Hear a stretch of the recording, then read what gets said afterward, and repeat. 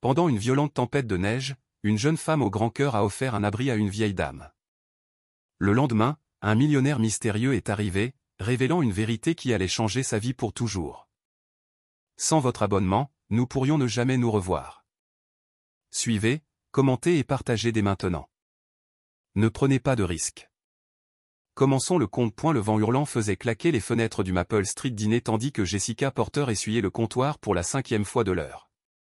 Dehors, Burlington, Vermont, avait disparu sous un voile blanc, la pire tempête de neige depuis des décennies, transformant la ville pittoresque en un désert arctique.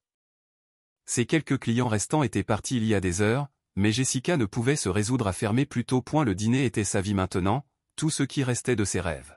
« Encore une tasse, mon cher ?» demanda-t-elle au vieux monsieur, sirotant un café dans la cabine du coin.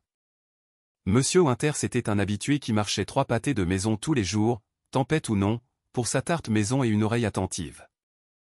Mieux vaut pas, Margaret me passera un savon si ma tension artérielle monte encore. Il fit glisser un billet de $20 sur la table. Tu devrais fermer, Jessica. Cette tempête empire de minute en minute. Jessica sourit mais secoua la tête. Je vais rester ouverte un peu plus longtemps. Certaines personnes pourraient avoir besoin d'un abri. Comme si ces paroles l'avaient invoqué, la porte s'ouvrit brusquement avec une rafale de neige et d'air glacial. Jessica se retourna, s'attendant à voir le conducteur de chasse-neige habituel s'arrêter pour un café, mais trouva à la place une vieille femme trébuchant à l'entrée. Elle était emmitouflée dans un manteau bien trop fin pour le temps, ses cheveux argentés saupoudraient de flocons de neige, son visage pâle de froid. « Oh mon Dieu !» Jessica se précipita en avant, rattrapant la femme alors qu'elle chancelait. « Vous allez bien ?»« Je me suis perdue, » murmura la femme, sa voix tremblante de froid. « Mon taxi m'a déposé dans la mauvaise rue. Je ne trouve pas l'adresse de mon fils. » Jessica la guida vers la cabine la plus proche.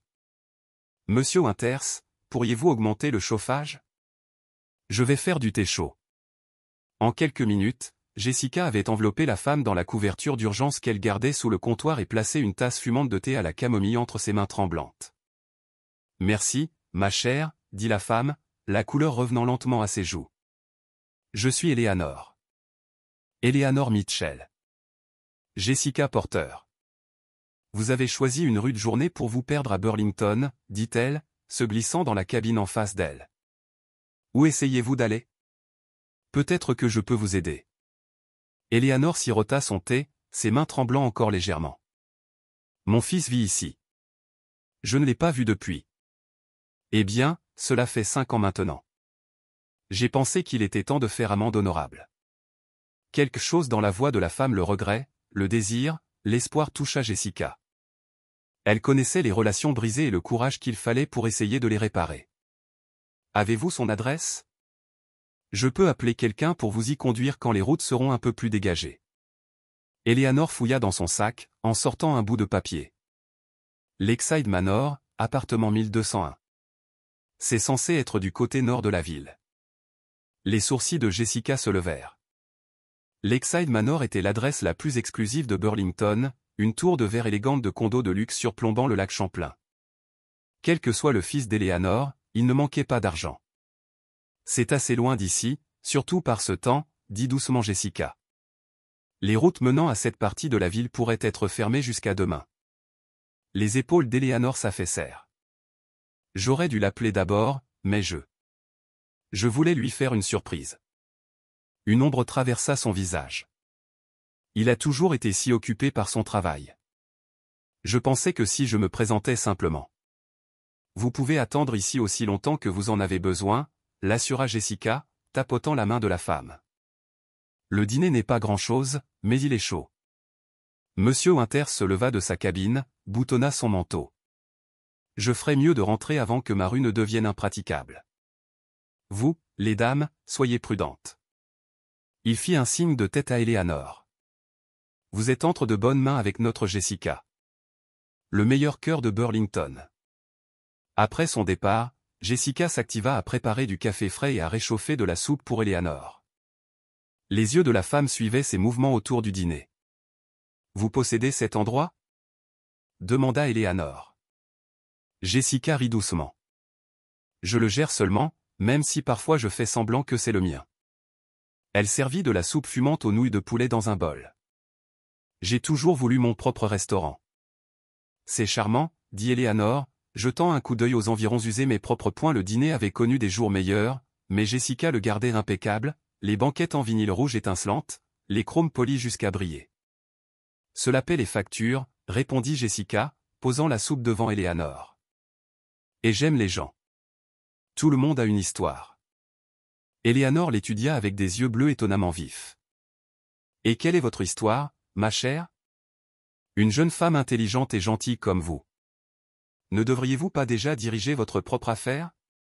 Le sourire de Jessica faiblit légèrement. La vie a pris des tournants inattendus. Elle lissa son tablier, évitant le regard d'Eleanor. Mais c'est de l'histoire ancienne.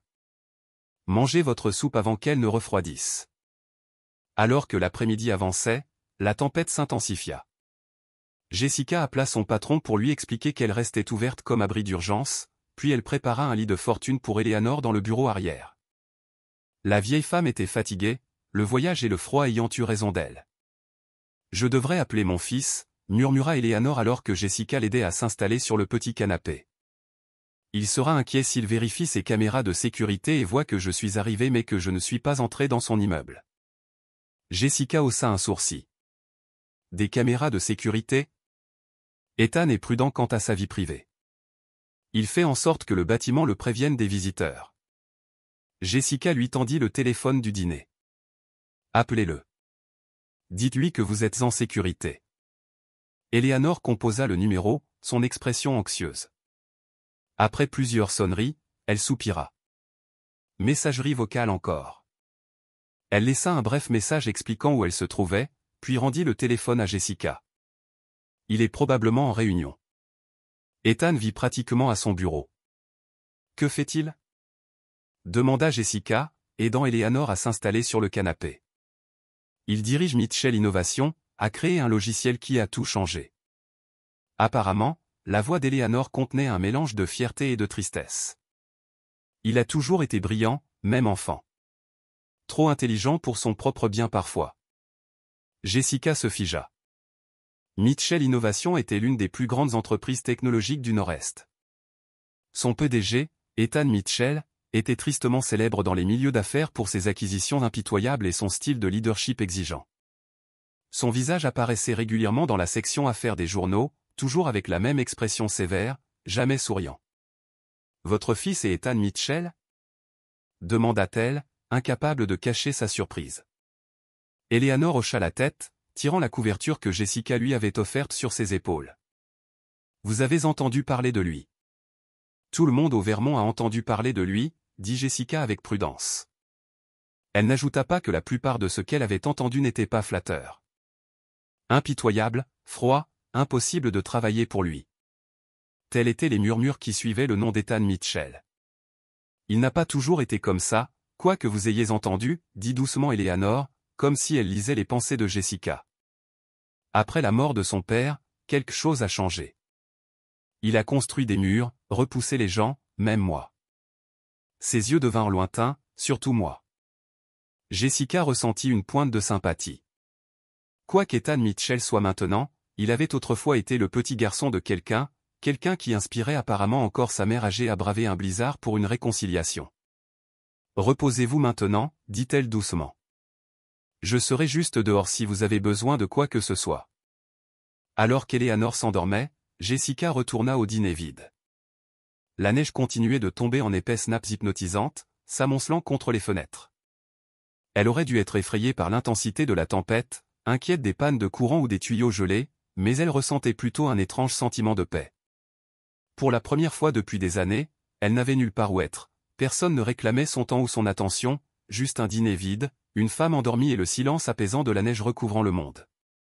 Jessica essuyait les tables lorsque des phares transpercèrent la neige tourbillonnante à l'extérieur. Un énorme SUV noir s'arrêta au trottoir, ses pneus craquant à travers les congères accumulées. Une grande silhouette émergea, luttant contre le vent alors qu'elle se dirigeait vers l'entrée du dîner. Lorsque la porte s'ouvrit, Jessica se retrouva face à face avec la dernière personne qu'elle s'attendait à voir cette nuit-là. Ethan Mitchell se tenait dans l'embrasure de sa porte, des flocons de neige fondant dans ses cheveux sombres, son manteau coûteux saupoudré de blanc. Son visage, si familier des photos de presse, était encore plus frappant en personne. Tout en angle vif et en intensité, des yeux bleus de la même nuance exacte que ceux d'Eleanor, balayant le dîner vide jusqu'à ce qu'il se pose sur Jessica. « Je cherche Eleanor Mitchell », dit-il sans préambule, sa voix grave, sèche et professionnelle. Elle a laissé un message disant qu'elle était ici. Jessica se redressa, répondant au regard intense d'Ethan Mitchell avec une assurance rodée. 5 ans à gérer un dîner lui avait appris à gérer les clients difficiles, et elle soupçonnait que l'homme qui se tenait devant elle définissait le mot difficile. « Monsieur Mitchell, dit-elle calmement, votre mère se repose dans mon bureau. » Elle était à moitié gelée quand elle est arrivée. Quelque chose vacilla dans ses yeux. De l'inquiétude peut-être, cela disparut si vite que Jessica se demanda si elle l'avait imaginé. « Emmenez-moi à elle. » Pas une demande, un ordre. Jessica croisa les bras. Elle dort. Le froid et le stress l'ont épuisée. Je n'ai pas traversé un blizzard pour qu'on me dise que je ne peux pas voir ma propre mère. Sa voix resta égale, mais une froideur s'y glissa, et je n'ai pas risqué de rester ouverte sous cette tempête pour que quelqu'un fasse irruption et dérange une vieille femme qui a besoin de repos. Jessica adopta exactement le même ton, inclinant légèrement le menton. Elle est en sécurité. Elle est au chaud. Elle sera ravie de vous voir quand elle se réveillera. Un instant, ils se firent face dans une confrontation silencieuse.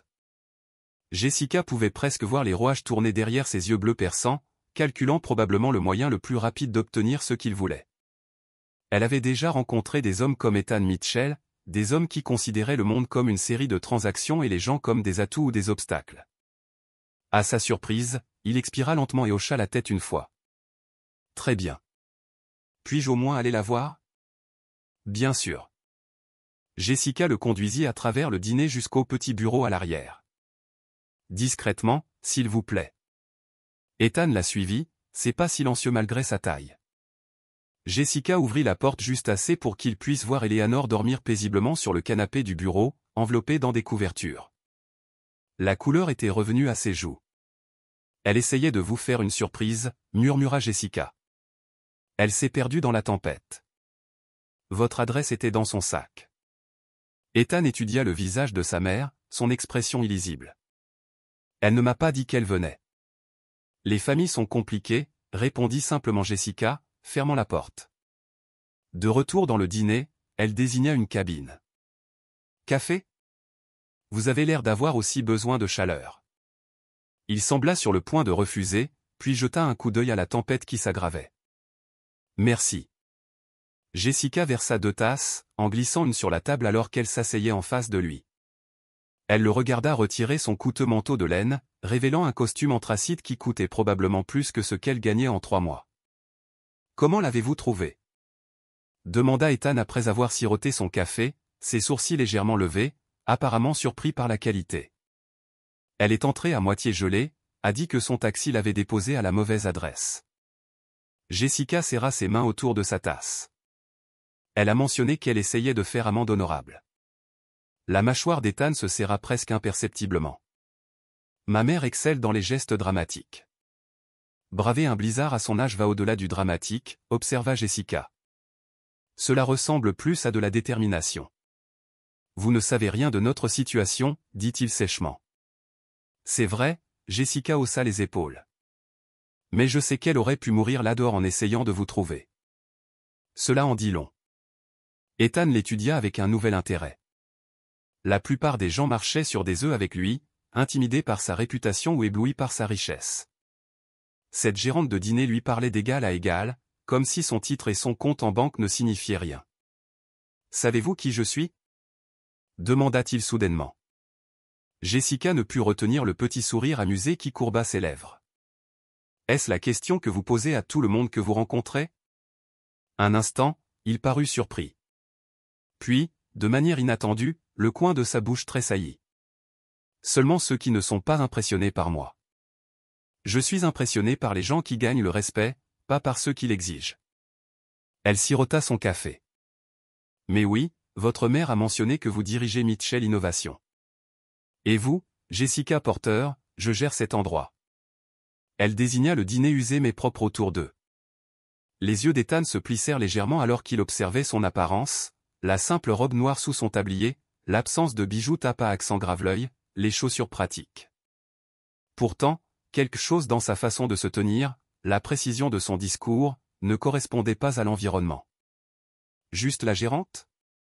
Insista-t-il. Actuellement, son ton indiquait clairement que le sujet était clos. Ethan se pencha en arrière, son esprit analytique reconstituant le puzzle devant lui. Jessica Porter n'était pas ce qu'elle semblait être. Ses mains, bien que légèrement rougies par le travail, montraient le soin raffiné de quelqu'un qui n'était pas né pour le travail manuel. Son vocabulaire et son comportement suggéraient une éducation, et la façon dont elle lui avait tenu tête sans peur ni déférence indiquait une expérience des dynamiques de pouvoir. « Depuis combien de temps travaillez-vous ici » demanda-t-il nonchalamment.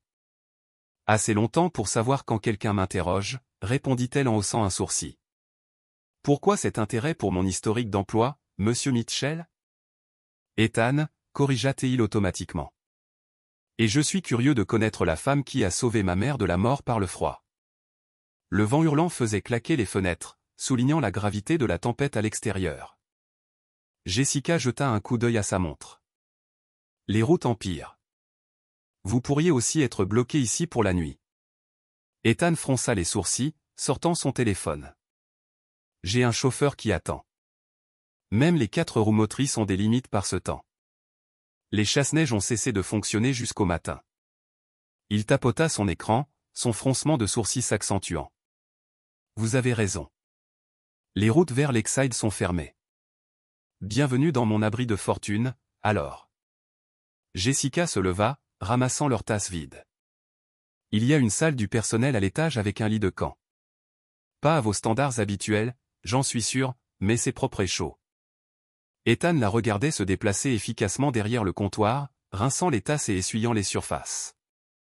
Il y avait une économie dans ses mouvements, une précision qui le frappait encore comme incongrue.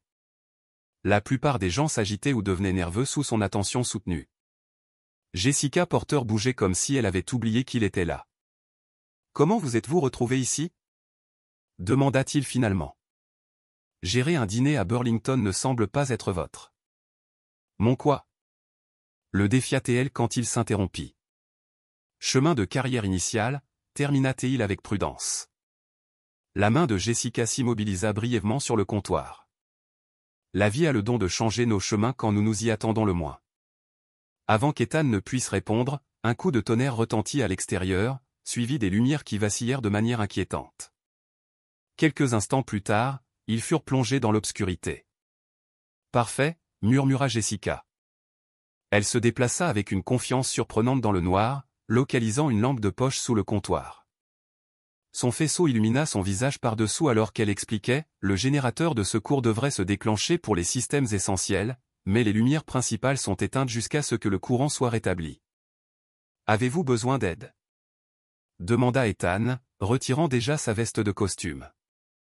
Le faisceau de la lampe de poche de Jessica capta son mouvement. « eh bien, le PDG s'est retroussé ses manches. « Je ne suis pas né dans une salle de conseil, mademoiselle Porter, » répondit-il sèchement. « On aurait pu me tromper, » murmura-t-elle. « Vérifiez le panneau de disjoncteur près de la porte arrière pendant que je trouve des bougies. » 15 minutes plus tard, ils avaient établi une poche de lumière chaude au centre du dîner. La cuisinière à gaz fonctionnait toujours, fournissant à la fois de la chaleur et la possibilité de cuisiner. Jessica avait allumé des lampes tempête et des bougies, créant des îles de lumière dorée qui transformaient l'humble espace en quelque chose de presque magique. Ethan revint après avoir vérifié Eleanor, toujours profondément endormie. « Bien. » Jessica lui tendit une tasse fumante de café frais.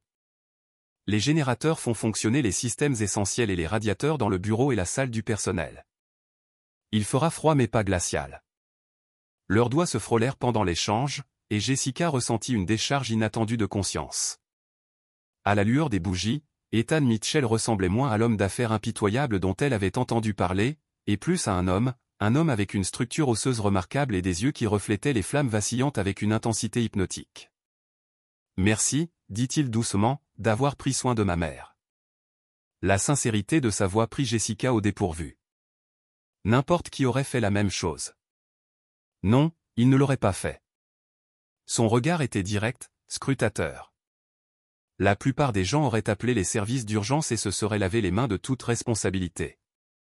Vous lui avez donné votre bureau, lui avez fait de la soupe, l'avez bordée comme si elle était votre propre famille.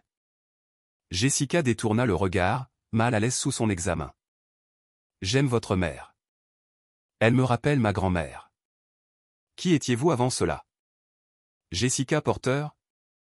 Demanda soudainement Ethan. Avant les dîners, la soupe et l'hospitalité des petites villes. La question planait entre eux, lourde d'implications.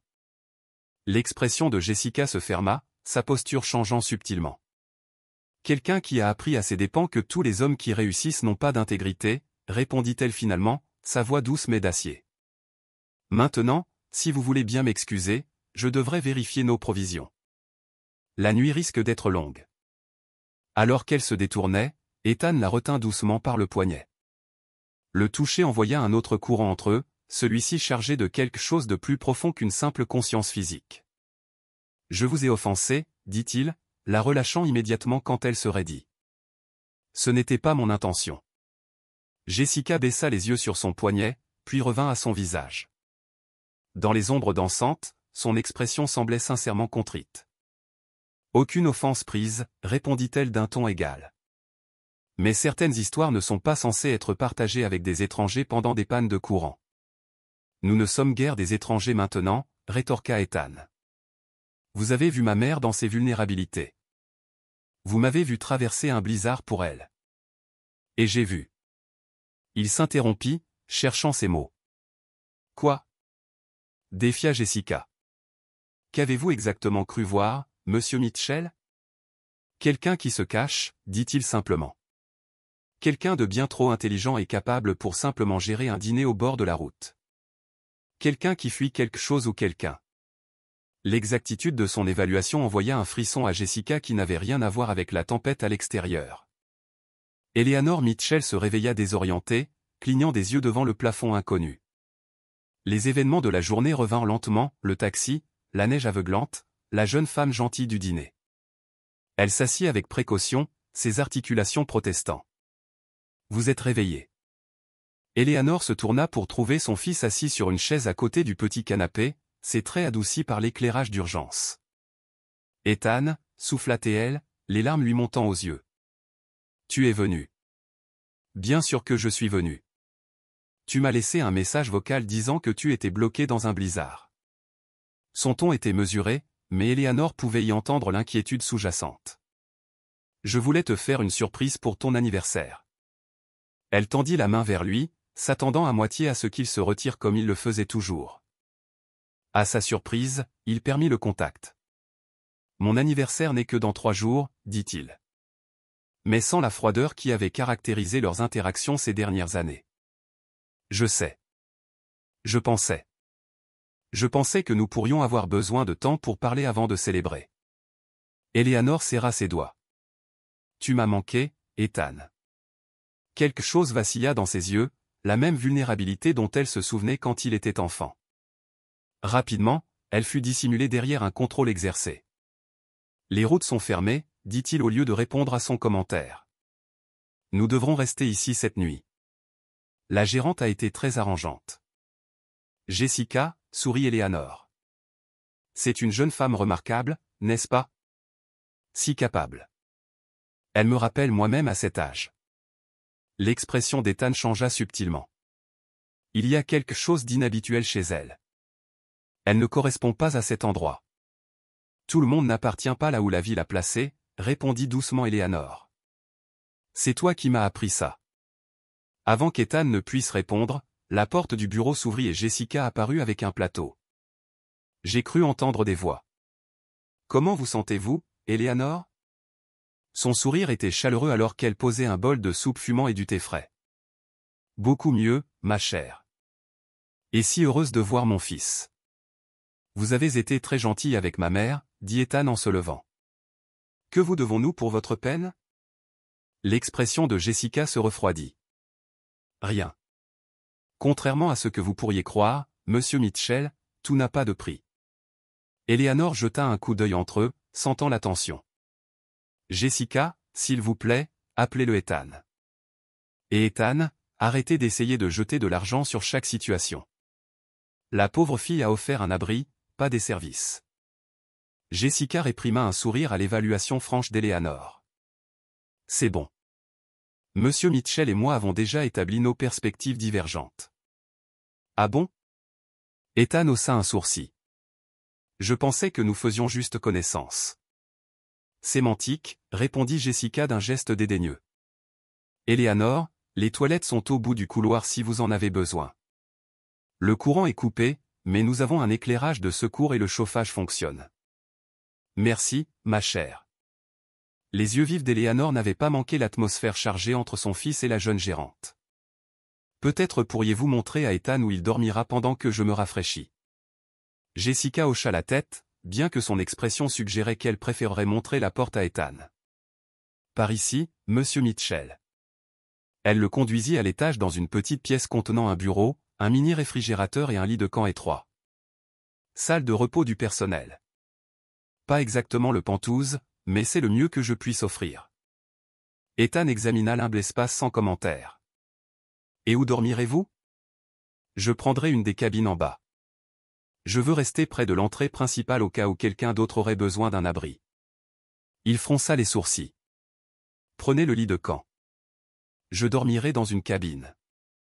Je ne vais pas donner de mal de dos au PDG de Mitchell Innovation sous ma surveillance, répliqua Jessica. La dernière chose dont j'ai besoin, c'est d'un procès parce que vous n'avez pas pu coder correctement après avoir dormi sur un revêtement en vinyle. Malgré lui, Ethan sentit ses lèvres tressaillir. Est-ce votre évaluation professionnelle? Juste une gestion des risques pratiques. Elle se tourna pour partir, mais il se plaça sur son chemin. Pourquoi ai-je l'impression distincte que vous essayez d'éviter d'être seul avec moi? Demanda-t-il, sa voix plus basse qu'auparavant. Jessica rencontra son regard d'un air égal. Parce que vous êtes habitué à ce que les femmes recherchent votre compagnie, pas à ce qu'elles l'évitent. Touché. Il sourit alors, un sourire authentique qui transforma ses traits de simplement beaux à dévastateurs. Mais cela ne répond pas à ma question. J'ai un dîner à gérer pendant une panne de courant. Et un blizzard. Vous divertir n'est pas sur ma liste de priorités. Me divertir? Fit écho Ethan, s'approchant. Est-ce ce que vous pensez que je veux? Du divertissement? Jessica refusa de reculer malgré sa proximité. La petite pièce sembla soudainement encore plus petite. L'air entrechargé de quelque chose de dangereux. Je pense que vous êtes un homme habitué à obtenir ce qu'il veut, dit-elle doucement. Et en ce moment, vous voulez résoudre le puzzle que je représente apparemment. Je ne suis pas intéressé à être analysé ou acquise, monsieur Mitchell. Ethan, corrigea T-il de nouveau, plus doucement cette fois. Ethan, concéda T-elle. Maintenant, si vous voulez bien m'excuser. Le bâtiment craqua de manière inquiétante alors qu'une rafale de vent particulièrement forte frappait la vieille structure. Jessica tendit instinctivement la main pour se stabiliser, sa main se posant sur la poitrine d'Ethan. À travers le tissu fin de sa chemise, elle pouvait sentir son cœur battre vite comme le sien. Pendant un instant à couper le souffle, ils restèrent figés, connectés par ce seul point de contact. Jessica devint intensément consciente de sa taille, du subtil parfum de son eau de Cologne, de la chaleur rayonnant de son corps dans la pièce froide. Elle se retira la première, s'éclaircissant la gorge. Je devrais vérifier le générateur. En bas, Jessica trouva Eleanor arrangeant des couvertures dans l'une des cabines. Vous n'avez pas à faire ça, protesta T-elle. Absurdité. Je ne suis pas une invalide. Eleanor lissa la couverture avec des mains expérimentées. D'ailleurs, cela me donne quelque chose à faire pendant que vous et mon fils vous tournez autour comme des chats méfiants. Jessica sentit la chaleur monter à ses joues. Je ne sais pas ce que vous voulez dire. Bien sûr que non. Le sourire d'Eleanor était complice. Il est difficile, mon Ethan. La vie l'a rendu ainsi, mais il y a un bon cœur sous toute cette armure. Madame Mitchell. Eleanor, s'il vous plaît. Eleanor, quoi que vous pensiez avoir observé entre votre fils et moi, je vous assure que ce n'est rien. Nous sommes des étrangers qui se trouvent piégés par une tempête. Le destin a des méthodes intéressantes, répondit Eleanor énigmatiquement. Maintenant, racontez-moi en plus sur vous, Jessica. Qu'est-ce qui vous a amené dans ce charmant petit dîner? Jessica s'affaira à ajuster les bougies. Ce n'est pas une histoire passionnante. Je ne suis pas d'accord, vint la voix d'Ethan alors qu'il descendait les escaliers. Je pense que c'est probablement très passionnant. Jessica lui lança un regard d'avertissement. Votre mère a besoin de repos, pas de l'histoire de ma vie. En fait, interjeta Eleanor. Ce dont j'ai besoin, c'est de nourriture. Je meurs de faim. Grateful for the diversion, Jessica aided to the kitchen. Je peux faire des sandwichs. La cuisinière à gaz fonctionne toujours si vous préférez quelque chose de chaud. Permettez-moi de vous aider, offrit Ethan, la suivant avant qu'elle ne puisse objecter. Dans la cuisine, Jessica sortit les ingrédients du réfrigérateur. Rendez-vous utile et coupez le pain. À sa surprise, Ethan retroussa ses manches et fit ce qu'on lui avait demandé. Il maniait le couteau avec une habileté inattendue, coupant des tranches régulières dans le pain artisanal. Vous avez déjà fait ça, observa TL. J'ai travaillé dans une charcuterie pendant mes études.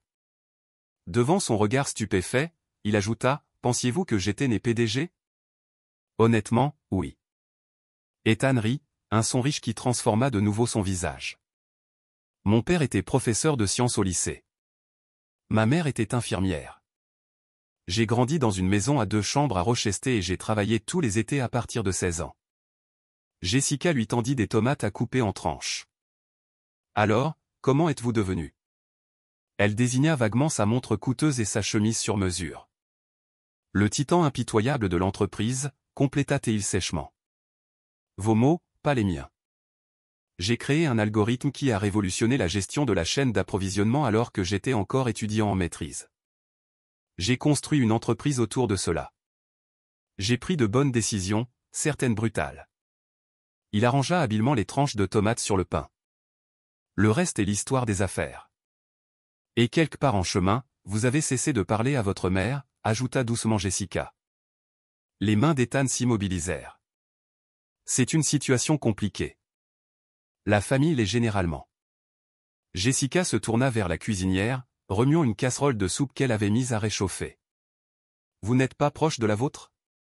Demanda-t-il, se déplaçant à côté d'elle pour l'aider. Jessica garda les yeux sur la casserole. Mes parents sont morts quand j'étais à l'université. Accident de voiture. Je suis désolé. Les mots simples contenaient une sympathie sincère. C'était il y a longtemps.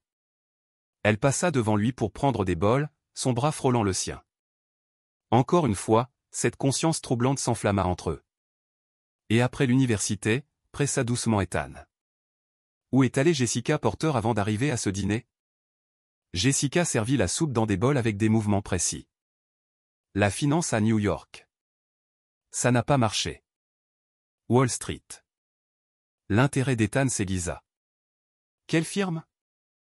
Est-ce important? Elle plaça les bols sur un plateau. Cette vie est derrière moi maintenant. Ça compte parce que vous fuyez quelque chose, dit doucement Ethan. Et quoi que ce soit, cela a forcé quelqu'un avec une intelligence et une éducation évidente à se cacher dans un dîner de petite ville. Jessica se tourna pour lui faire face, son calme s'évanouissant pour la première fois. Tous ceux qui s'éloignent de l'entreprise américaine ne fuient pas ou ne se cachent pas. Certains d'entre nous ont simplement découvert que le succès selon ces normes a un prix trop élevé. L'honnêteté brute de sa voix le fit taire.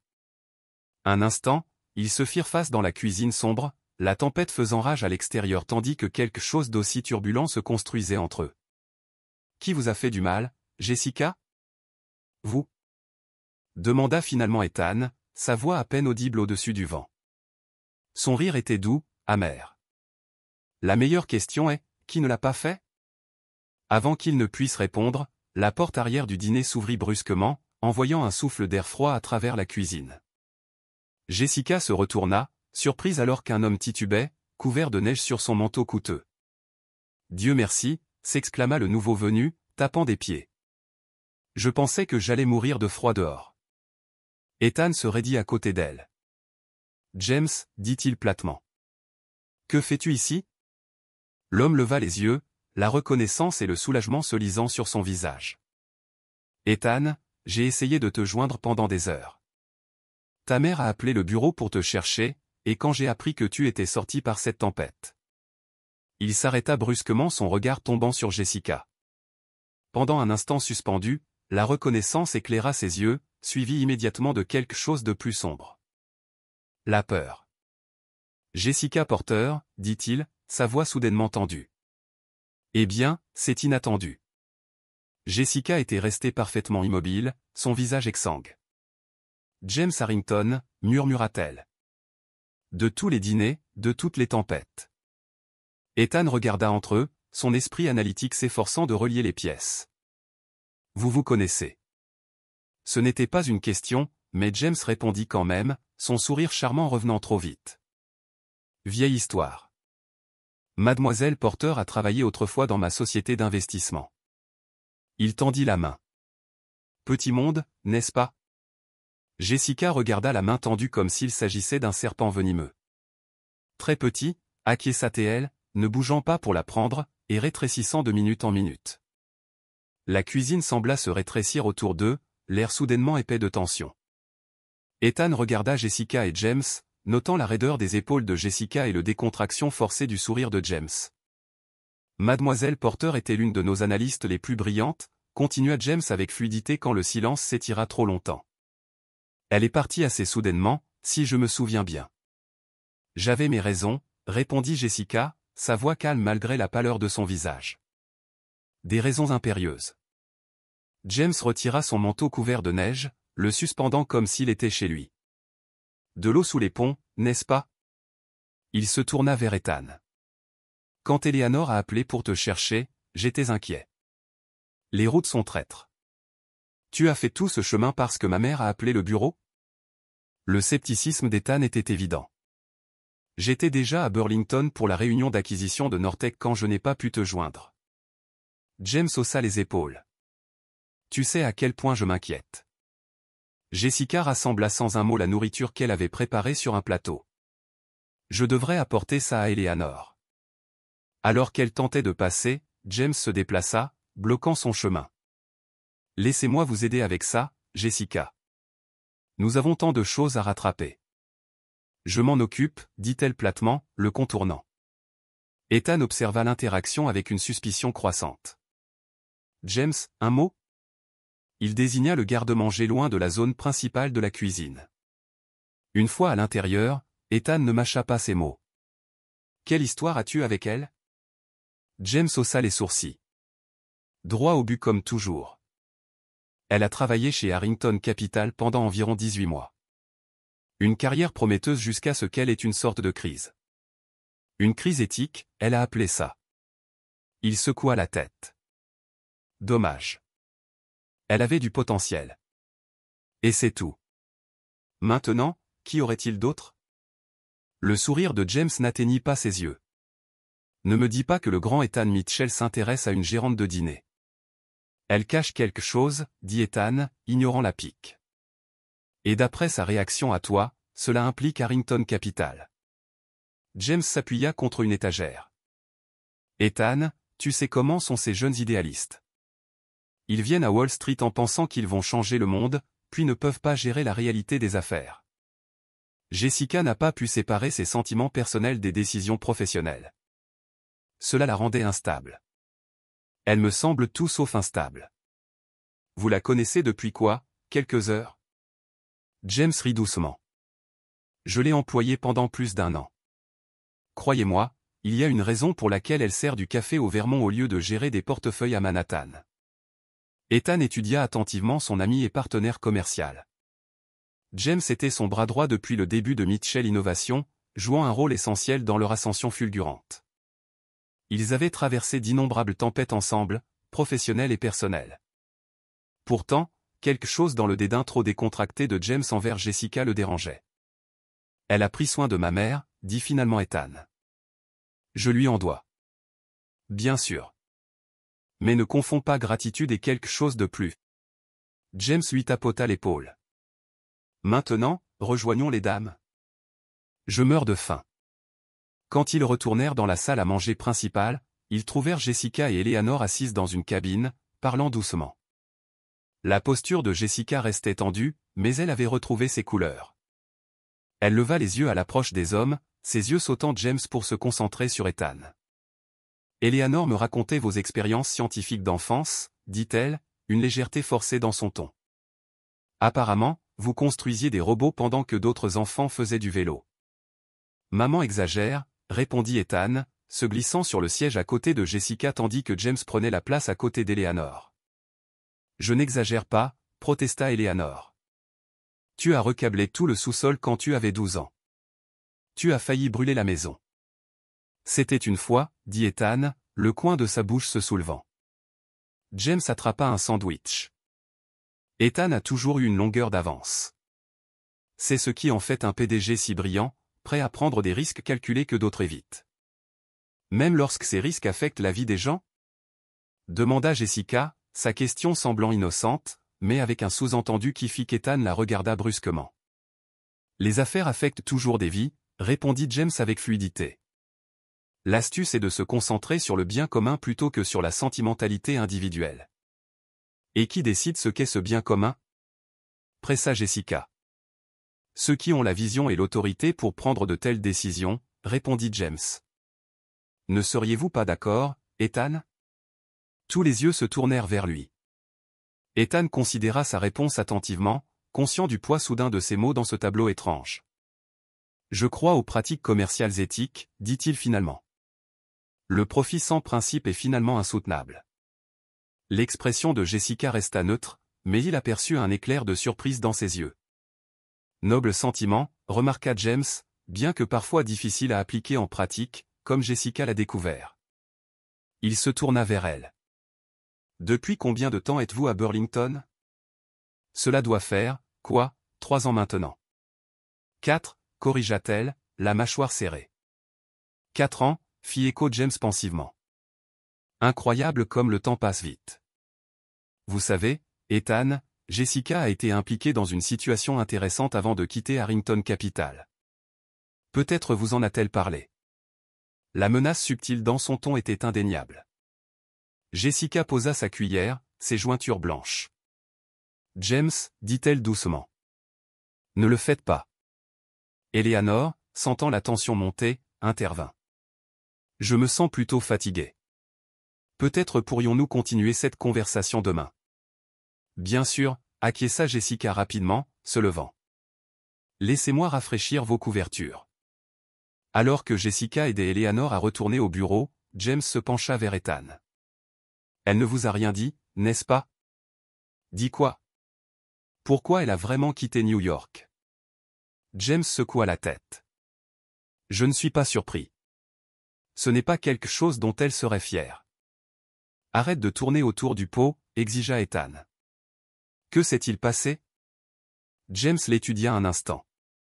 Elle a accusé Harrington Capital de fraude, a affirmé que nous manipulions les données du marché, induisant les clients en erreur, a essayé de présenter ses preuves à la SEC. Ethan fronça les sourcils. Et l'étiez-vous ? James parut sincèrement offensé. Bien sûr que non. Nous avons été innocentés de toutes les allégations, mais le mal fait à la réputation de Jessica était déjà fait. Aucune entreprise de Wall Street ne l'aurait touchée après ce genre de trahison. Alors elle s'est enfuie au Vermont. Pouvez-vous la blâmer ? Elle a essayé de détruire l'entreprise qui lui avait donné toutes les opportunités. L'expression de James s'adoucit en inquiétude.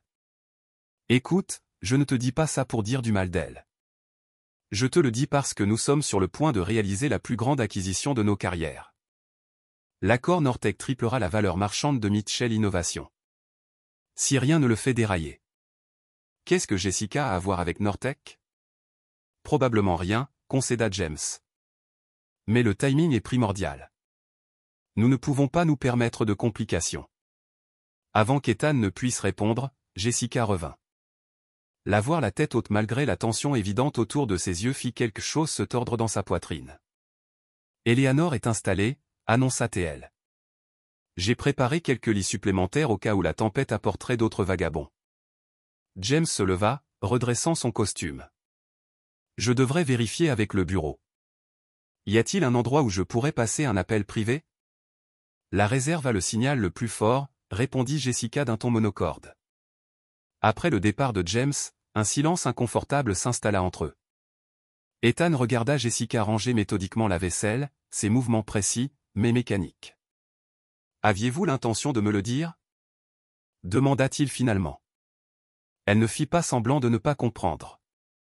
À propos de James? Cela ne semblait pas pertinent avant qu'il n'entre par cette porte. À propos de vos allégations contre son entreprise. Les mains de Jessica s'immobilisèrent. Elle se tourna pour lui faire face, son expression soigneusement composée. Alors il a partagé sa version des faits. Il dit que vous avez accusé Harrington Capital de fraude. Que les allégations ont été étudiées et rejetées. C'est tout? Demanda-t-elle, un sourire amer effleurant ses lèvres. Devrait-il y avoir plus? Jessica l'étudia un long moment. Cela importerait-il s'il y en avait?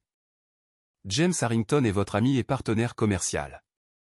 Je ne suis que la femme qui a abrité votre mère pendant une tempête. La distance dans sa voix le dérangea plus qu'elle n'aurait dû. Je préfère me forger mes propres jugements. Basés sur quoi? Vous me connaissez à peine, Ethan. Je suis un bon juge de caractère. Moi aussi, autrefois. Elle se tourna vers la vaisselle. Regardez comment ça a marché pour moi. Ethan s'approcha, envahissant son espace jusqu'à ce qu'elle soit forcée de lui faire face à nouveau. Dites-moi votre version. Pourquoi?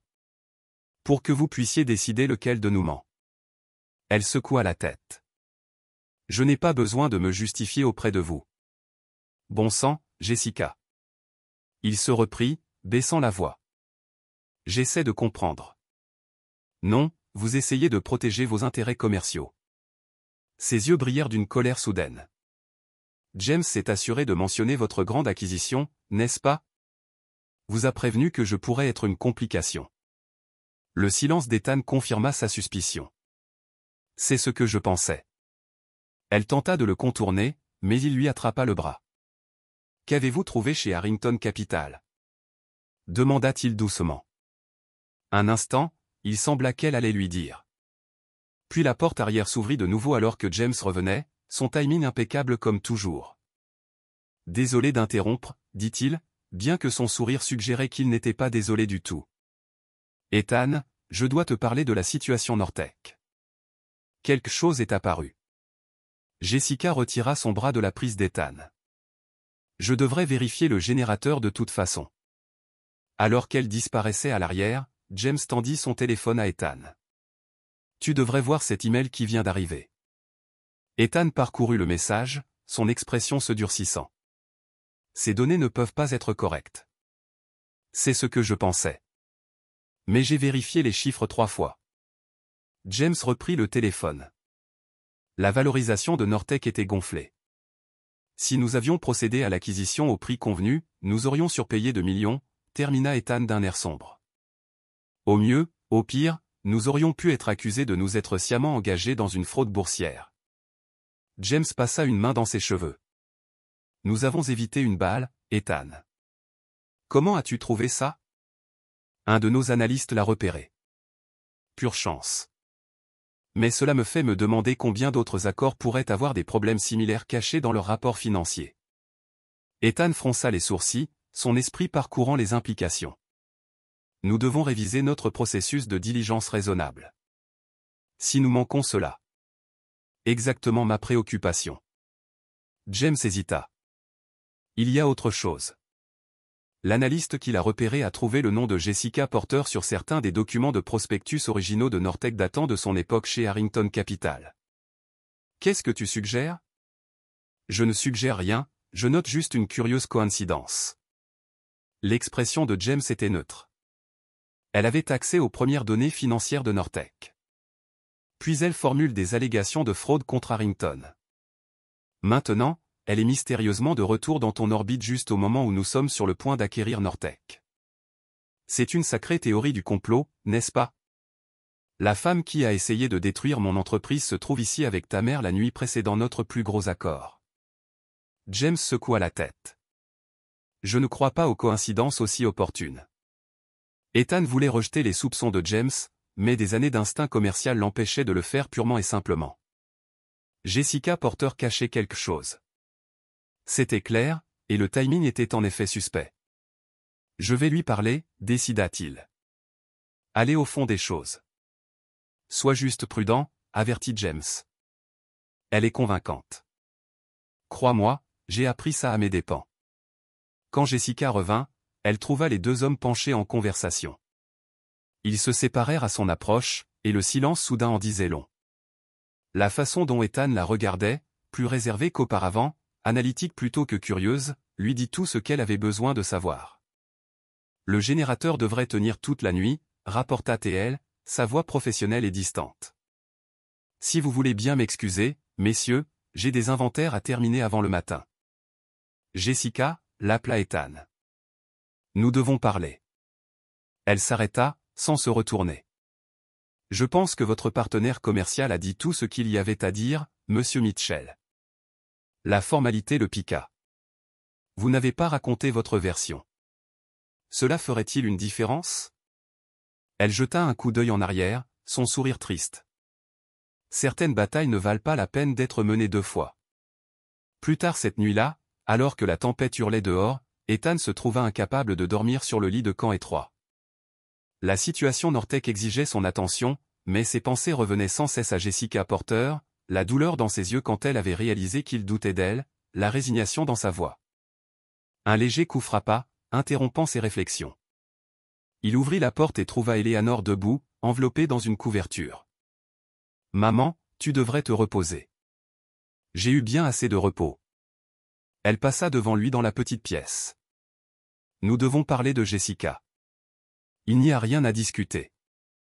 Ne me mens pas, Ethan. Je t'ai élevé. » Eleanor s'assit sur le bord du lit de camp.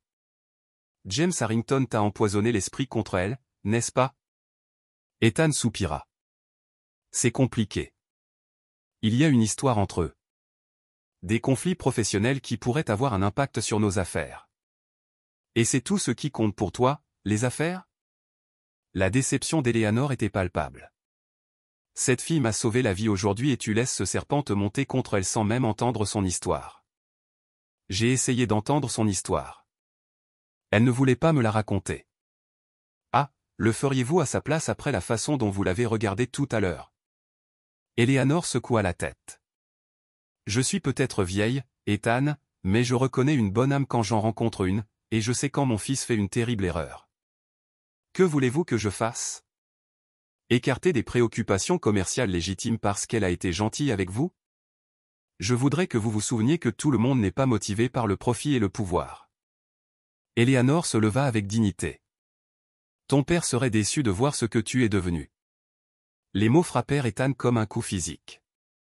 Avant qu'il ne puisse répondre, une agitation en bas attira leur attention. Restez ici, ordonna-t-il, se dirigeant vers les escaliers. Dans la salle à manger principale, il trouva Jessica confrontant James, leur voix basse mais intense. Vous n'avez aucun droit, disait-elle, la fureur évidente dans chaque ligne de son corps.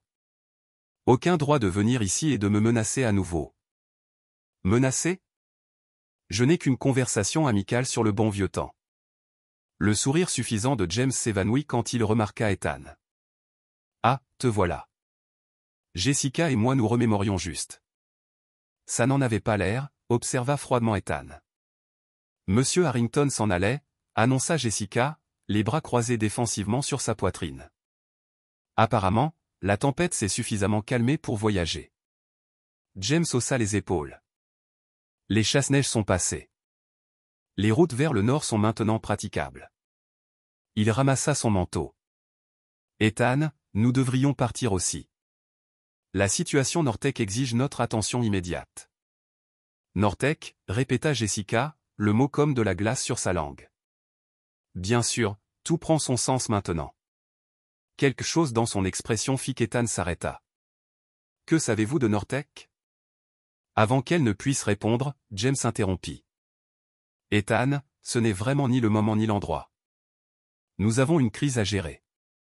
C'était Nortec, n'est-ce pas? Le regard de Jessica ne quitta jamais le visage d'Ethan. C'est ce que j'ai trouvé. La fraude chez Harrington Capital. Cela impliquait Nortec. Nortec. Le mot planait dans l'air entre eux. Le visage de James se durcit, son charme s'évaporant comme de la neige sur un moteur chaud. Vous délirez. Il claqua. Ethan, nous devons partir maintenant. Mais Ethan ne bougea pas, ses yeux fixés sur ceux de Jessica. Expliquez. Jessica se redressa, des années de fureur et de vindication refoulées traversant ses veines. Il y a 3 ans, j'ai découvert des irrégularités dans les rapports financiers de Nortec alors que je travaillais chez Harrington Capital. Plusieurs rapports systématiquement modifiés pour gonfler leur valeur. Quand j'ai fait part de mes inquiétudes à la direction, son regard se posa sur James. On m'a dit d'ajuster mes conclusions. Elle ment, interjeta James. Les données financières de Nortec ont été minutieusement vérifiées. Par qui? Défia Jessica. La même équipe que vous avez chargée de falsifier les données. Les mêmes analystes qui ont tous mystérieusement reçu des promotions après que j'ai été discrédité. Ethan leva la main, faisant taire la riposte de James. Continuez, dit-il à Jessica. Elle prit une profonde inspiration. Quand j'ai refusé de participer, j'ai été retiré du compte Nortec. Une semaine plus tard, j'ai trouvé des preuves que la manipulation allait au-delà de Nortec. C'était systématique. Harrington Capital gonflait artificiellement la valeur de plusieurs entreprises avant les accords d'acquisition. Préposter, ricana James. S'il y avait eu le moindre fondement à ces allégations, la SEC aurait. L'enquête de la SEC était une imposture, coupa Jessica, parce qu'au moment où j'ai rassemblé suffisamment de preuves pour les approcher, quelqu'un avait déjà modifié les données originales. Mes identifiants d'accès avaient été utilisés pour apporter des modifications que je n'ai jamais autorisées. Cela a fait apparaître que j'étais celle qui commettait la fraude. Un lourd silence suivit ces mots. Le visage de James s'était figé. Trop figé, et l'esprit analytique d'Ethan enregistra le calme anormal. Pas d'indignation, pas de choc, mais du calcul. Vous avez été piégé, dit doucement Ethan. Oui, les yeux de Jessica ne le quittèrent pas. Au moment où j'ai réalisé ce qui s'était passé, j'avais été licencié pour violations éthiques, mise sur liste noire par toutes les institutions financières de New York. Mes anciens collègues ont été avertis de ne pas s'associer à moi. Ma réputation a été détruite. Alors vous avez fui, conclut Ethan. Je n'ai pas fui, corrigea Jessica, le menton levé. J'ai été poussé dehors. Menacé de poursuites judiciaires si je maintenais mes allégations. Sans emploi, avec des frais juridiques croissants et soudainement toxiques pour toutes les entreprises de Manhattan, j'ai dû recommencer. Belle histoire, interrompit James, sa voix redevenue douce, mais finalement invérifiable. La SEC n'a rien trouvé parce que vous avez détruit les preuves. Jessica rétorqua. Mais vous n'avez pas tout eu. James resta très immobile. Que voulez-vous dire? Le sourire de Jessica était froid. Police d'assurance. Avant que mon accès ne soit révoqué, j'ai fait des copies. J'ai peut-être été naïf quant à la distance où vous iriez pour me faire taire, mais je n'étais pas stupide. Vous bluffez, dit James, mais son visage avait légèrement pâli. Est-ce le cas? Elle se tourna vers Ethan. L'acquisition de Nortec que vous poursuivez, qu'est-ce qui vous a soudainement fait douter de leur valorisation ce soir? L'expression d'Ethan ne révéla rien. Incohérence de données, spécifiquement des anomalies de projection de revenus, des divergences entre les bénéfices déclarés et les flux de trésorerie réels. Jessica hocha la tête. Les mêmes problèmes que j'ai signalés il y a 3 ans, je suppose. Seulement les chiffres sont probablement pires maintenant parce qu'ils ont eu des années pour aggraver la fraude. Eleanor était apparue au bas des escaliers, observant la confrontation avec inquiétude. Ethan, il ne se retourna pas. C'est bon, maman. Retourne te coucher. Non, dit Eleanor fermement en s'approchant. Je ne pense pas que ce soit bon. Notifuat amiri mistro. James recoveis composure, assuminis most reassuring smile. Madame Mitchell, je vous assure que ce n'est qu'un malentendu. Mademoiselle Porter a une vendetta personnelle. Jeune homme, interrompit Eleanor. J'ai été marié à un professeur de sciences au lycée pendant 40 ans. Je sais à quoi ressemble l'intégrité, et en ce moment, je ne la vois pas en vous. Le sourire de James se figea. Avec tout le respect que je vous dois. Assez. La voix d'Ethan coupa la tension. James, saviez-vous pour la fraude Nortec? Il n'y avait pas de fraude, insista James, juste des pratiques comptables agressives courant dedans. Saviez-vous? Chaque mot tomba comme un marteau. Pour la première fois, James parut incertain. Vous ne prenez pas sérieusement son parti. Après tout ce que nous avons construit ensemble, elle n'est personne, Ethan. Une analyste ratée qui n'a pas pu gérer la pression des affaires réelles. Répondez à la question. L'expression de James se durcit. D'accord. Oui, je savais que Nortec truquait ses comptes. Tout le monde le savait. C'est comme ça que le jeu se joue. Nous l'aurions corrigé après l'acquisition, restructuré le rapport, et personne n'aurait été plus sage. Sauf les actionnaires qui auraient payé un prix gonflé, souligna Jessica, les employés qui auraient perdu leur emploi dans la restructuration, les fonds de pension investis dans les deux entreprises. Dommages collatéraux, rejeta James. Le genre de perte qu'Ethan n'a jamais hésité à accepter dans la poursuite de la croissance. N'est-ce pas, partenaire? L'expression d'Ethan resta impassible. Mais Jessica vit quelque chose changer dans ses yeux. Du regret, peut-être, ou de la reconnaissance. Vous avez dit que vous aviez des preuves. Demanda Ethan à Jessica, ignorant la tentative de James de l'impliquer. Oui. Pas ici, évidemment. C'est en lieu sûr. Des preuves présumées, corrigea James, qui ne peuvent malheureusement pas être produites en ce moment. Je n'ai pas besoin de les produire en ce moment, répondit Jessica d'un ton égal. Juste expliquer ce qu'elles contiennent. Les rapports originaux de Nortec, des emails ordonnant aux analystes de modifier les données. Le journal d'accès montrant que mes identifiants étaient utilisés alors que j'étais manifestement ailleurs. Elle se tourna vers Ethan. Voulez-vous savoir jusqu'où cela va? Combien d'autres acquisitions étaient basées sur des données frauduleuses?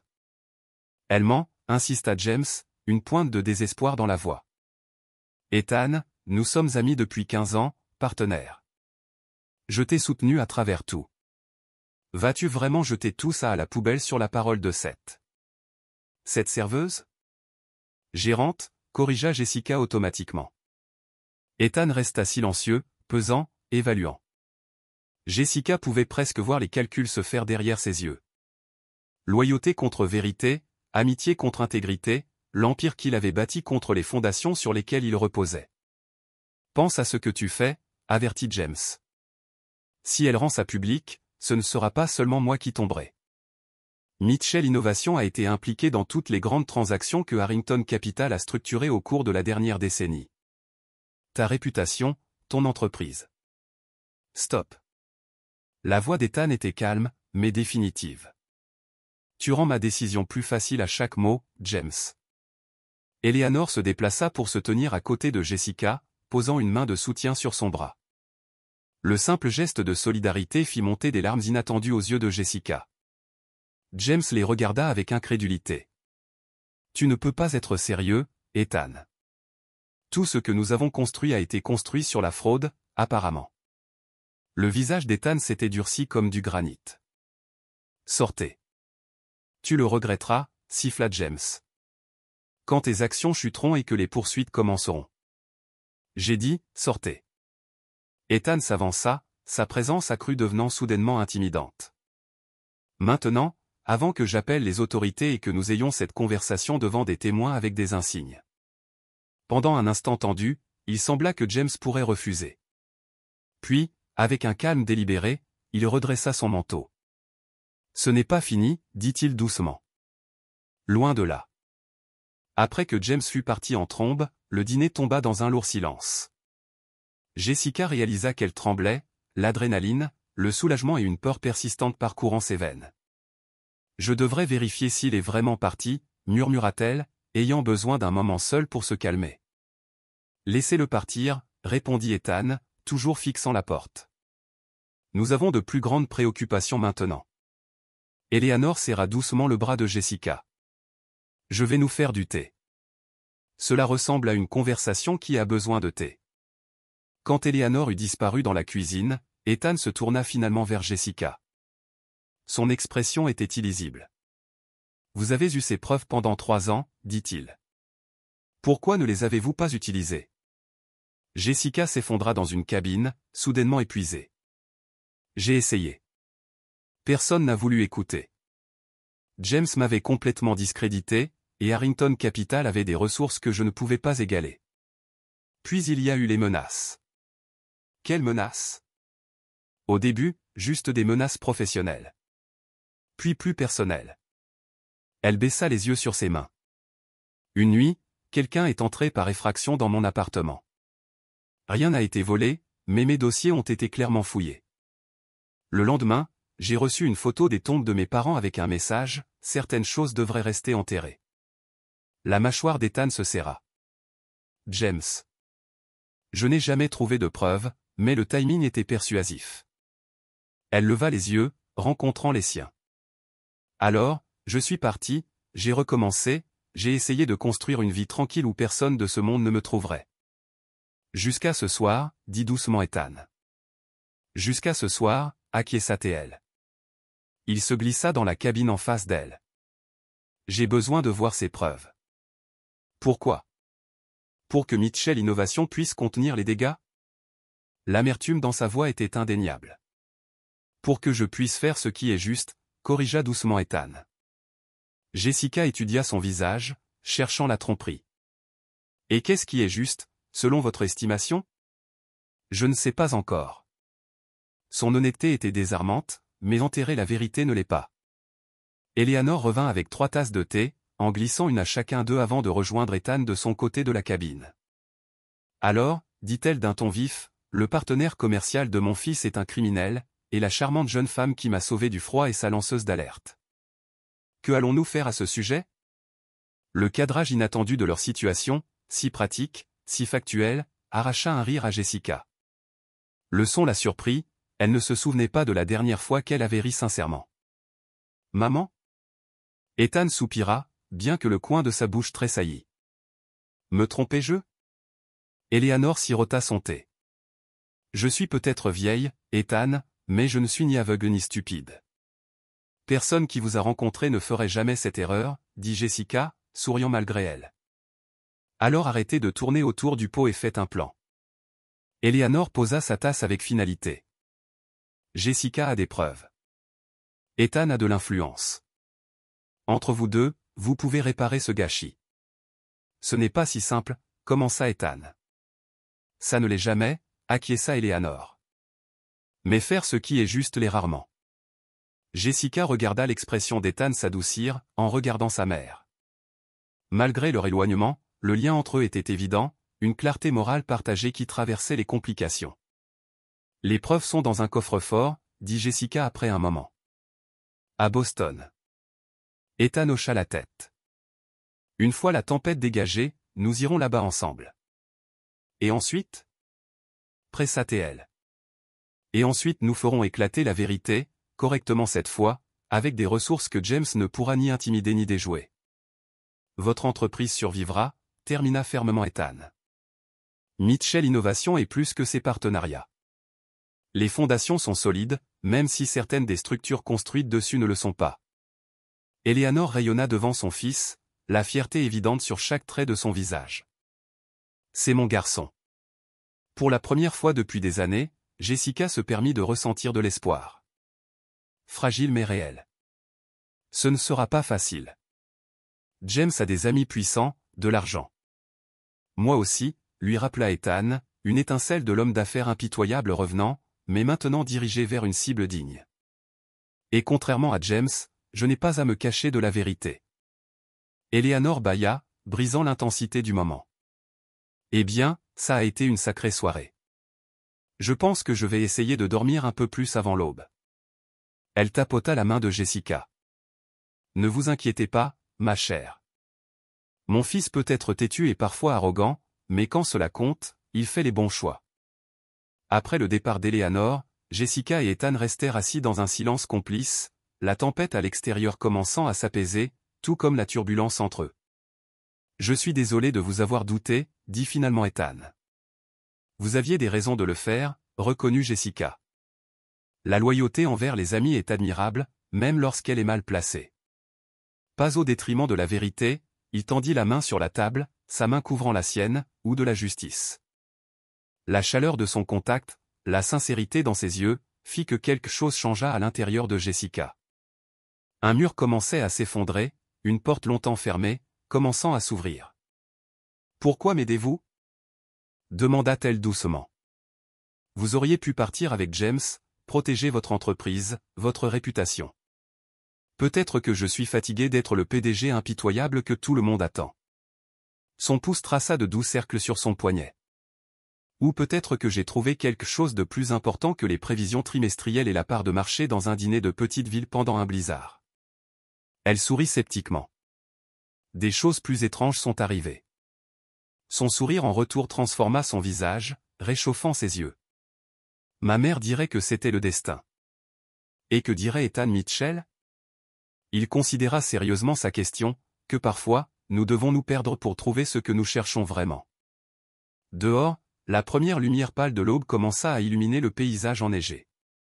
La tempête était passée, laissant derrière elle un monde transformé, immaculé, sans tache, plein de nouvelles possibilités. Tout comme les sentiments qui prenaient racine entre eux. 6 mois plus tard, Jessica se tenait devant les baies vitrées du Penthouse d'Ethan, regardant la neige tomber paresseusement sur Burlington. La vue du lac Champlain au coucher du soleil était à couper le souffle, peinte dans des nuances d'or et de cramoisi, mais son attention était portée sur le titre qui brillait sur sa tablette. Des dirigeants de Harrington Capital inculpés pour fraude boursière. Un beau cadeau d'anniversaire, dit Ethan, la rejoignant à la fenêtre. Il passa ses bras autour d'elle par derrière, son menton reposant sur sa tête. 6 mois, ce n'est pas un anniversaire, corrigea Jessica, se penchant contre lui. C'est une étape. 6 mois depuis qu'un blizzard et une mer perdue ont tout changé, murmura-t-il, pressant un baiser sur sa tempe. Je dirais que ça vaut la peine d'être célébré. Les 6 derniers mois avaient été un tourbillon. L'épreuve dans le coffre-fort de Jessica à Boston s'était avérée dévastatrice, non seulement pour James Harrington, mais pour tout un réseau de manipulation financière qui avait infecté plusieurs entreprises. L'enquête de la SEC, cette fois, avait été approfondie et intransigeante, grâce en grande partie à l'influence et aux ressources d'Ethan. Mitchell Innovation avait traversé la tempête. L'action de l'entreprise avait subi un coup initial lorsqu'Ethan avait publiquement divulgué les pratiques frauduleuses au sein de leurs entreprises partenaires, mais sa transparence et son engagement envers la réforme avaient finalement renforcé leur position. Les investisseurs respectaient l'intégrité, il s'avérait, surtout lorsqu'elle était soutenue par une action décisive. Je n'arrive toujours pas à croire que c'est enfin fini, dit Jessica, posant la tablette. 3 ans à regarder par-dessus mon épaule et maintenant. La justice, termina Ethan. Bien que je ne sois pas sûr que 13 ans de prison fédérale suffisent pour ce que James vous a fait. Ce n'est pas une question de punition. C'est que la vérité soit enfin reconnue. Elle se tourna dans ses bras pour lui faire face, et que je puisse reprendre ma vie. Ethan traça la courbe de sa joue avec son pouce. En parlant de ça, avez-vous réfléchi davantage à mon offre?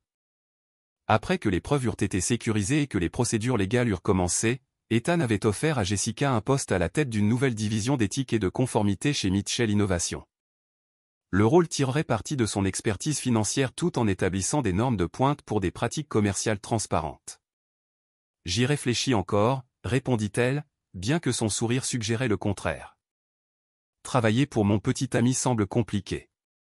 Alors rendez-le simple, suggéra Ethan, son ton décontracté malgré l'intensité soudaine de ses yeux. Comment ferais-je exactement cela? Épousez-moi plutôt. Jessica se figea, certaine d'avoir mal entendu. Qu'est-ce que vous venez de dire? J'ai dit, répéta Ethan, sortant une petite boîte en velours de sa poche.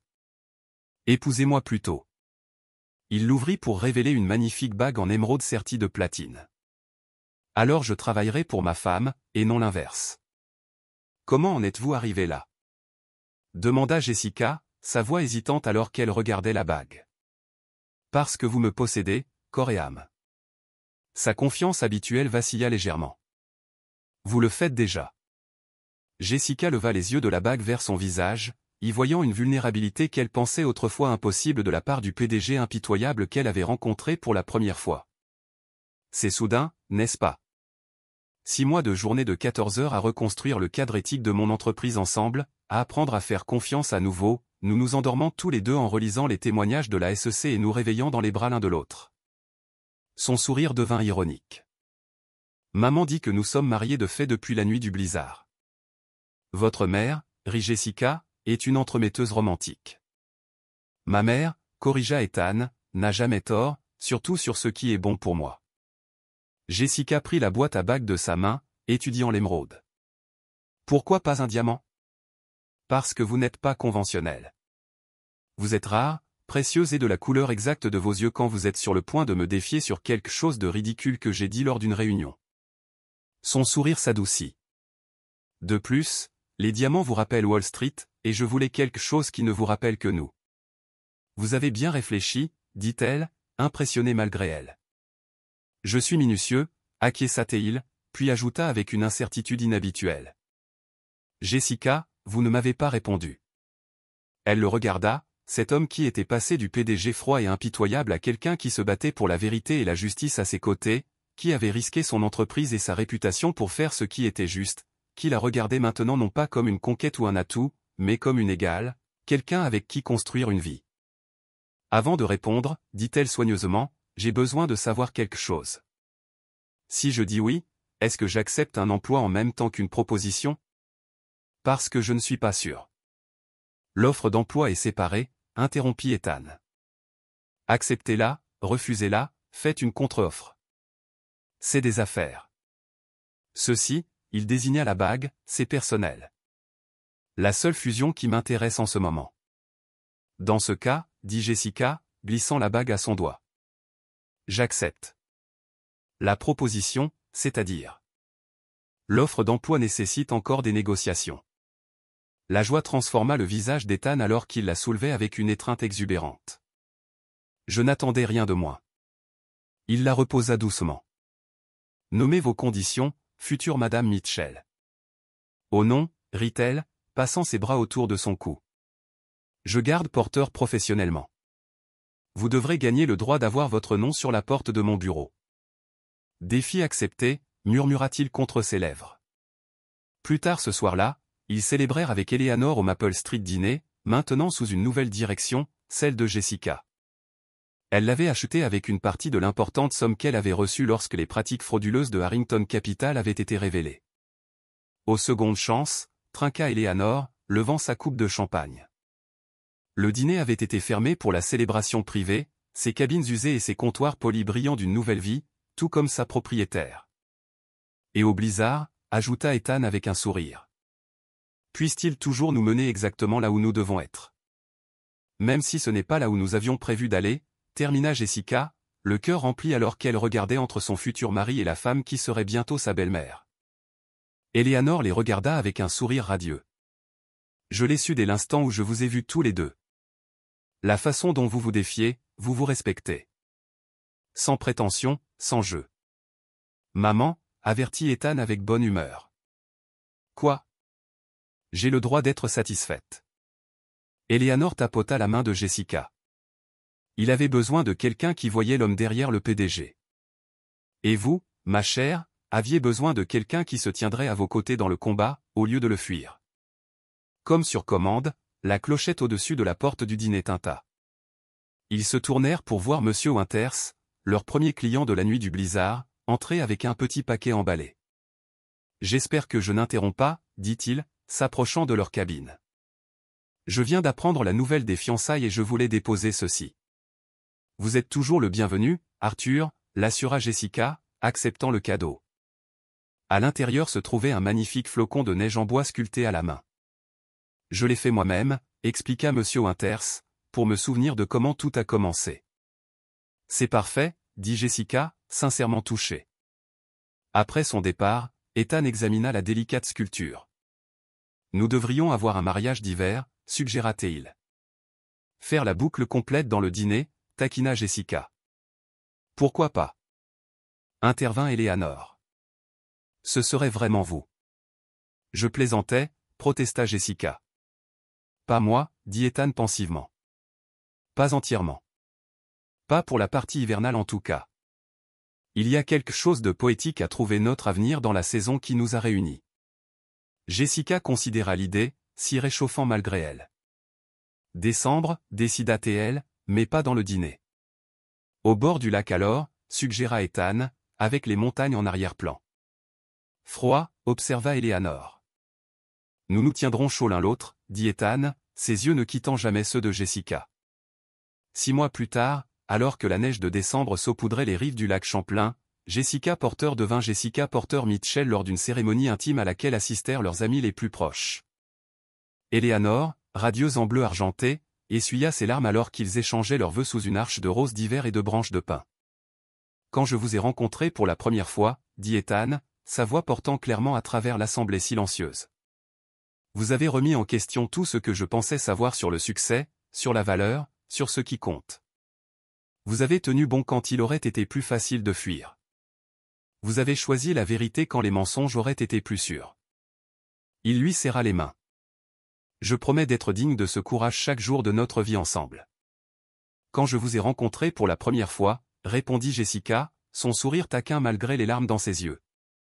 Je pensais que vous étiez l'homme le plus arrogant que j'ai jamais rencontré. Des rires parcoururent l'auditoire. Je ne me trompais pas, continua-t-elle, mais j'ai découvert que votre arrogance était égalée par votre intégrité une fois que vous l'avez retrouvée. Votre détermination par votre compassion, votre ambition par votre capacité à aimer. Sa voix s'adoucit. Je promets de vous rappeler ces qualités chaque fois que le monde essaiera de vous les faire oublier à nouveau. Alors qu'ils scellaient leurs vœux par un baiser, la neige commença à tomber, de doux flocons immaculés qui scintillaient comme des diamants sous le soleil d'hiver. Un cercle parfait, dira Eleanor plus tard, une histoire écrite dans la neige et les secondes chances. À la réception, Jessica se retrouva momentanément seule, regardant Ethan de l'autre côté de la pièce alors qu'il riait avec des amis. Elle pensa au chemin qui les avait menés ici, d'une lanceuse d'alerte désespérée et d'un PDG impitoyable à des partenaires à tous égards. Une pièce pour vos pensées. Eleanor apparut à ses côtés, resplendissante dans sa tenue de mère du marié. Je réfléchissais juste à la façon dont sa vie aurait pu être différente si vous ne vous étiez pas perdu dans ce blizzard, répondit Jessica, liant son bras à celui de la vieille femme. Les yeux d'Eleanor pétillèrent. Qui a dit que j'étais perdu? Jessica la regarda fixement. Vous voulez dire? Parfois, dit Eleanor avec un sourire mystérieux. Une mère sait exactement ce dont son fils a besoin, même quand il ne le sait pas. Vous l'avez planifié? Demanda Jessica incrédule. Être bloqué dans mon dîner. Planifier est un mot fort. Disons que j'ai créé une opportunité. Le blizzard n'était qu'un heureux hasard. Elle tapota la main de Jessica. Le chauffeur de taxi a été très bien rémunéré, je vous assure. Avant que Jessica ne puisse répondre, Ethan les rejoignit, passant son bras autour de la taille de sa nouvelle épouse. De quoi conspirez-vous toutes les deux? Votre mère expliquait juste. À quel point je suis heureuse que vous vous soyez trouvés, interrompit Eleanor avec fluidité. Un match parfait, comme si le destin lui-même l'avait arrangé. Vous êtes une mère entremetteuse, murmura Jessica, bien que ses yeux pétillaient d'amusement. Qu'est-ce que c'était, ma chère? Demanda innocemment Eleanor. Rien. Jessica rit, se penchant dans l'étreinte d'Ethan. Juste d'accord avec le destin. Alors qu'ils se dirigeaient vers la piste de danse pour leur première valse en tant que mari et femme, Ethan la serra contre lui. On dirait que vous gardez un secret, observa-t-il. Jessica sourit, des flocons de neige se prenant dans ses cils. Je vous le dirai un jour, quand nous serons vieux et gris et que nous nous disputerons encore sur les violations éthiques lors des réunions du conseil. Promis? Demanda-t-il, la faisant tourner sous les lumières scintillantes. Promis, acquiesça-t-elle, se dressant sur la pointe des pieds pour l'embrasser. Dehors, la neige continuait de tomber, recouvrant Burlington d'une nouvelle couverture de possibilités, un rappel que parfois les fins les plus parfaites commencent par des tempêtes inattendues et le courage d'abriter quelqu'un dans le besoin.